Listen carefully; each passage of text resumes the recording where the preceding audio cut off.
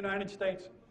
And they also are going to cater a very special message to the chronic public inebriate in urban communities. The picture is, you'll see the woman here. These were what they called Salvation Army lassies, who would daily walk out into the Bowery and engage these men in late stages of alcoholism and invite them to come back to the missions. And this was probably, if we want to know where are some of the first outreach workers in the United States, that's it right there. The early treatment institutions, I wanted to at least give you a little visual of what these look like.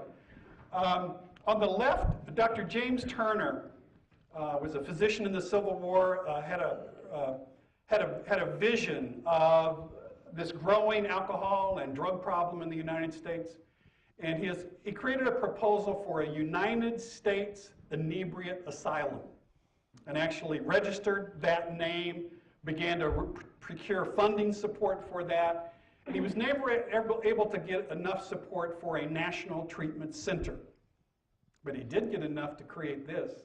This is the New York State Inebriate Asylum. He simply lowered his horizons, created this private statewide facility. What do you think of that facility for 1864 as a treatment facility in the United States? And the inside was beautiful.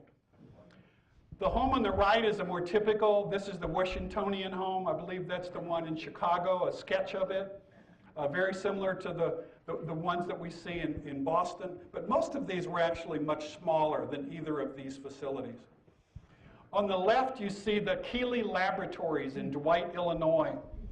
And I say the laboratories because in 1879, Leslie Keeley announced publicly, alcoholism is a disease, or drunkenness is a disease, and I can cure it.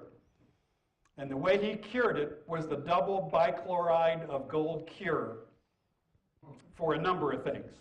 And if you couldn't get to his treatment center, he offered it in bottled forms.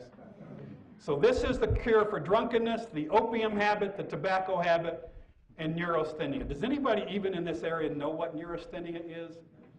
It would later be called nervous exhaustion, and Freud would call it neurosis. So if you want to talk about where did the treatment of co-occurring disorders begin in the United States? Well, here we are, Keeley Institute. People have often asked me, Bill, what was in that Keeley cure? People got 4 hypodermic injections per day while you were in the Keeley cure, and you also got these liquid tonics in between. The liquid tonics, we know, contain not only stimulants, arsenic, strychnine. Don't be shocked. I know these are poisons, but they were also typical stimulants used in medicines during this time period.